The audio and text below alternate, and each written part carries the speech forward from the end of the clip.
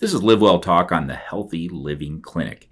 I'm Dr. Dustin Arnold, Chief Medical Officer at UniPoint Health St. Luke's Hospital. Joining me today is Nichole Lucas, a dietitian at the Healthy Living Clinic, to share about the services offered at the clinic, what the clinic is, and how they help patients live their healthiest lives possible. And joining me also is Julie Gasway, a patient at the Healthy Living Clinic, to share how the clinic helped her reach her goals. Nichole, Julie, welcome. Thanks for having us. It's nice to have you here. It's nice to see Julie again. I mean, the name implies you're encouraging healthy living. I think what most people can imagine what happens, but I really want to get into some of the details about the clinic and some practical advice and strategies to be healthier. I think as people get older, they start to reflect upon the whole, like Steve Jobs on his deathbed, he said, look, I have all the money in the world, but I don't have my health right now. Absolutely. Quality of life is huge. Yeah. So remind me, what is going on at the Healthy Living Clinic? Yeah. What is it? Yeah, so at the Healthy Living Clinic, we have a couple different programs that kind of are our main features. Our two main programs are our New You program and our New Directions program. So in New You, that's a meal replacement based program. That's actually what Julie went through. Both of our programs are 20 weeks long, and we really just want to give people the skills, tools, and the strategies, not only for that effective weight loss, but that long-term weight management. We know a lot of people, they diet, lose some weight, but keeping it off is really where a lot of people struggle. New Directions, we use completely grocery-based, but both the programs really just help people get to the point where they can learn to manage on their own. Something special with our clinic, we do have Dr. Rao, our endocrinologist. We have a nurse practitioner. We have myself as the dietitian, and we have Kelsey Adam as our health coach. So we're available to people at all times throughout that program. What the majority of the patients that you have, what are they referred to you on their own, or are they sent there by other physicians? Yeah, that's a great question. So a lot of our patients come from referrals from their doctor, but a lot of people can self-refer themselves as well if they're just, looking for some healthy living, some weight loss programs, and a lot of people find us on Google. So. Or Bing. Yeah. Yep. All right. You're on both? Yes, okay. Correct. DuckDuckGo? Yeah. Okay. Well, I just learned about that, actually. Yeah. So. All right. Julie, what led you to go to the UniPoint Healthy Living Clinic? I had been talking with one of my physicians about trying to get healthier, and I tried other things in the past and was not successful losing weight. And I want to live a long life and take care of my kids and grandkids for many, many more years. And so trying to get healthy was something that I wanted to prioritize. And Dr. Pavandi did recommend this program. And so she said, I want you to try it. She knew that I was going to retire. And I said, I'll do it after I retire. And she said, no. You're going to do it now because I want you to have fun when you retire. So let's get on it. And so she was the one that taught me or told me about it. And then I got a referral from her and met with Dr. Rao and talked about the program with her and got started. What have you learned? I mean, I know you have a medical background and understand basics of healthy living, but what did you learn that surprised you? You're like, I didn't know that. Yeah. I learned a lot of things about myself as why do I eat at different times in the day and what are my choices, and I learned better choices. I also learned more about calories and protein and just making sure that you have the right amount of protein in your diet and fiber and things like that. And that's one of the great things about the program is she said 20 weeks. So there's a different unit every week that you learn about things. In the first week or so, it was just learning about how to use the product because I did do the protein shake program. And they do provide a cookbook with it. So you use the protein to make different things. But I learned about how to eat healthy, how to limit the number of calories that you eat, previous programs, they have said you can eat whatever you want as long as you eat these things. Well, that's not true for me. With my age and height, I can have about 1,300 calories a day, which was like, in a way, it was kind of overwhelming to find out that it was that little amount. But also, if they told me, if you do this, you'll be successful. And I was very afraid about not succeeding. So I was happy that when I followed the guidance that I was able to lose weight. I think I can remember my mom participating in Weight Watchers in mid 70s, 74, 75. And we never touched her Weight Watcher food because it was just blah. Nobody liked it. But losing weight's been a issue for people for a long time, really. Mm-hmm. I think, and it's gotten worse. We talk about epidemics Mm-hmm. and high fructose, syrup, and we could do another podcast on the amount of chemicals we're exposed to every day. Mm-hmm. Nichole, in your experience, Mm-hmm. what degree of weight loss are we talking here? Oh, so we have a wide range. So it kind of depends where people start. How much weight do they have to lose? Are they coming to us because they have already been trying weight loss on their own and they just need help with that last 10, 15 pounds? Or are they kind of way past that kind of healthy BMI, even past that overweight BMI? Do they have 50, 70, even 100 pounds to lose? The greatest weight I've seen is, I think, a 60 to 70 pound drop during the 20-week program. And that's been in my time. But a recent patient that we just featured on our Facebook page, he's lost over 100 pounds Wow. through his time in NUU and our Next Steps program. It's been amazing to watch him change throughout the year. Yeah, that is Mm-hmm. fascinating. Yeah. Julie, you said about understanding calories, which I don't think a lot of people do, Mm-hmm. Even physicians.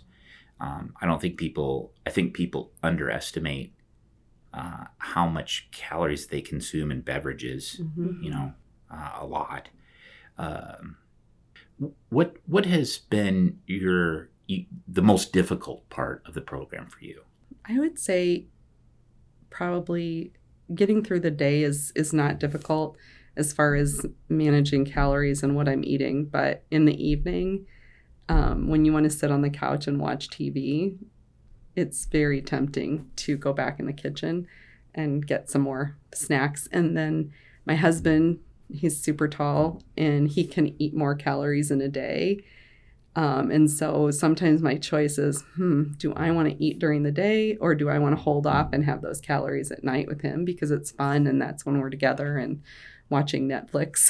So I think that's a challenge that you just deal with every day. I think holidays and vacations are also a challenge because there's just a lot of fun foods that you want to eat and share with your family.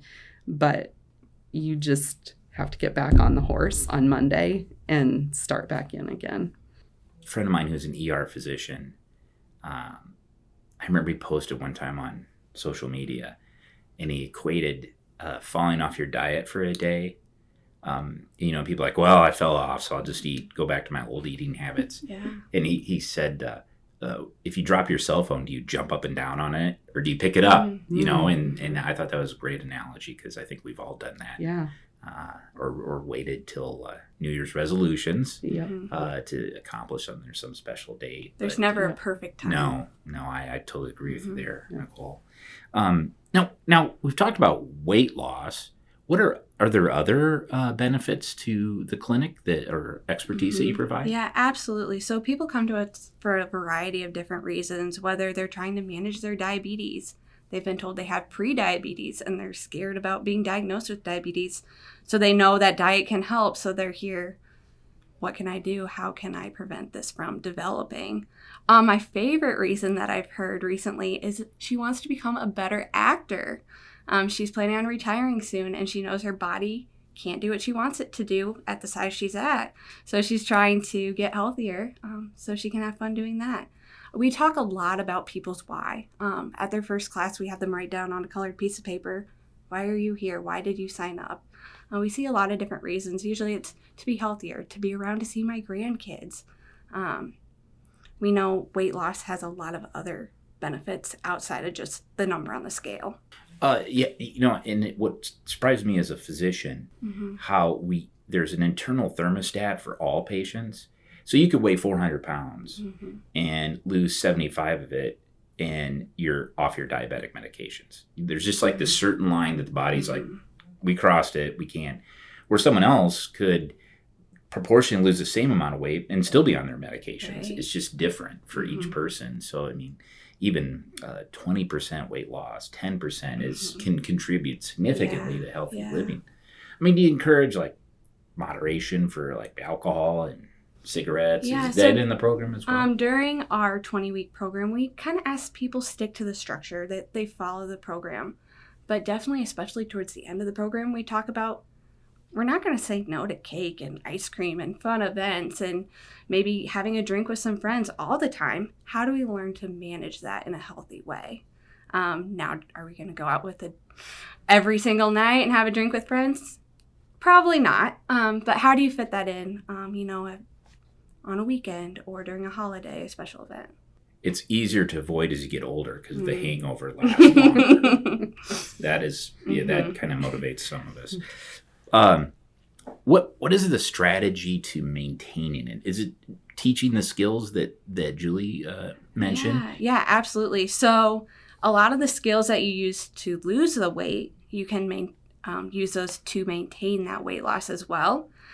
So when the program is over, we offer next steps, which is kind of our support program. So we have a group option and individual options. In the group class, we talk about a variety of different health topics. And then the individual, we can really tailor it to their individual needs, where they're at, coming up with a meal plan, coming up with an exercise plan. Exercise is a really big factor in keeping the weight off. Even if it's not the traditional exercise, walking, doing laundry, moving throughout the day, that will really help with kind of that calorie deficit. Okay. Yeah, I think people don't start exercise programs sometimes because they think it has to be a CrossFit. And, that's just not everyone's cut out for that. Right. And it can be just moderate walking, I always encourage patients that, like, you go to Target, park out by the Blair's Ferry Road at the northeast side, and walk in. If it's nice out, don't try to compete for the closest parking spot. Right, absolutely. But those are small things I think patients can do. Small things add up. Well, Julie, I've asked you what you learned, but what can you tell about, what advice could you give someone else about the program, about healthy living? I would say that prioritizing your health should be really important, and to give yourself that gift of time to exercise, time to go to the program. It's really individualized, and I like that, but there's also group support. I think we live in a society where there's just so much that we have to do, especially healthcare providers. They have big jobs, and they do so much for everybody else, but they need to also do something for themselves, which is put their health first. And I would just say when you're starting the program, just be patient with yourself. Dr. Rao said, you don't have to do it perfect. Just do the best you can. That's also hard for people because so many people I know are very perfectionistic, and I probably am one of those people. But if you can just take an hour at a time or a half a day or a full day and just be patient, just getting through that initial first, I would say the first week is the hardest, but it's completely worth it. And just keep telling yourself you can do it, and then reach out to the staff there because they respond to phone calls, emails. It's a very engaging team, and they'll help you. Well, I guess we probably should mention that. So there's support outside of the class. Correct. When you're in the program. So when, like in the New You program, they come for class every week for 20 weeks. before class every week. We have a quick check-in with them. But that's not the only time we're talking to them. We're emailing them. We're checking their food logs.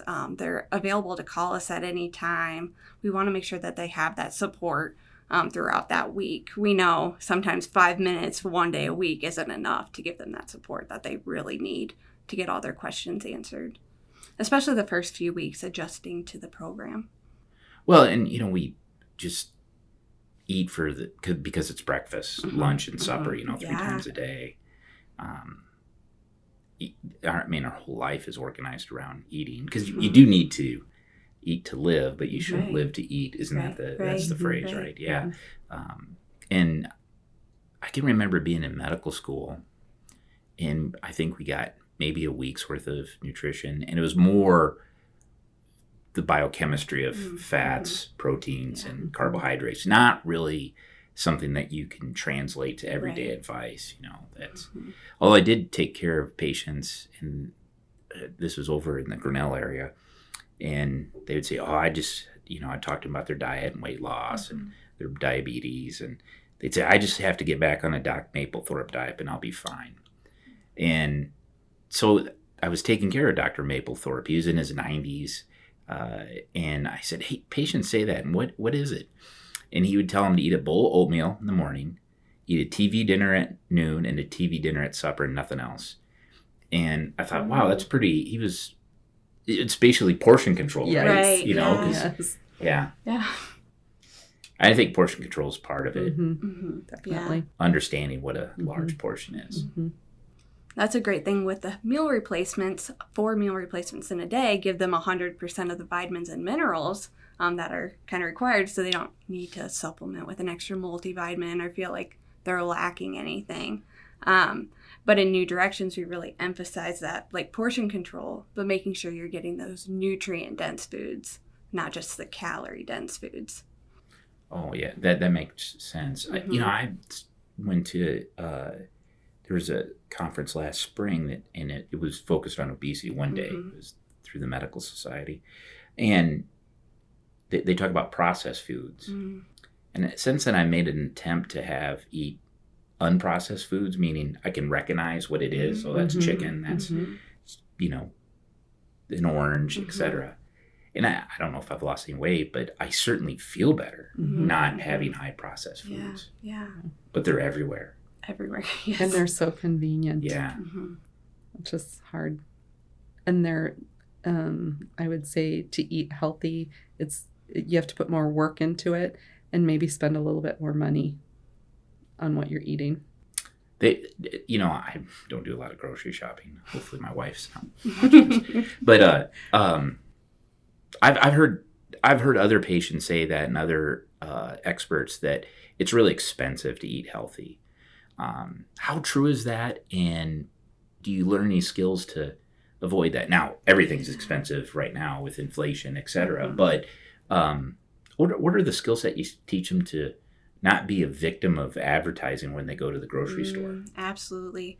So companies know what they're doing. Oh, yeah. They know what words to put on there, how to jack the price up and make us think that we're getting something healthy, better for ourselves, but it might not be. So we really talk about nutrition label reading, how to, read through those different words and marketing ploys. A couple weeks ago, we had a class called The Claim Game, like which claims on products are actually real and what is just kind of phony and there to jack up the price. In comparison to like healthy diet price versus not so healthy diet price, I think it matters what you were eating before. Were you eating fast food all the time? Because that adds up pretty quick. If you look at your budget for fast food, if you take that out, that can cut out a lot of cost. But we kind of tell people, like, you don't have to get the name brand. Buy things when they're on sale. And just kind of be conscious about what you're buying. You can make healthy eating expensive, but you can also make it budget friendly. That's outstanding. And some of those skill sets are taught. Yep, absolutely. That's really good. Yeah, I worked in research for a large company. I won't name them.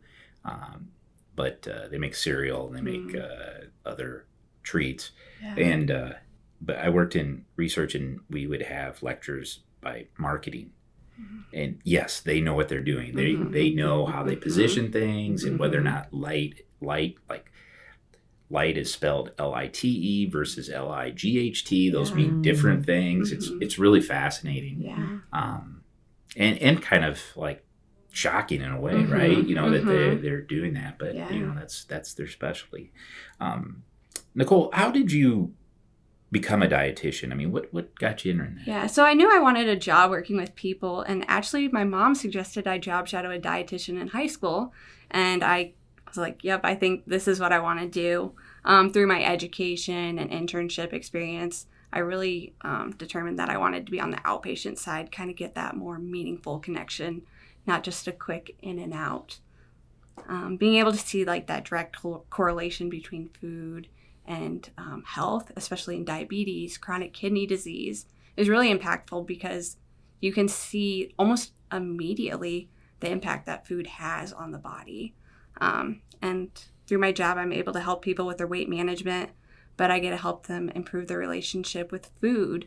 There's so much centered around food, so we want them to feel confident when they go out to eat, when they go to family functions, and just really be able to achieve their weight loss goals at the same time.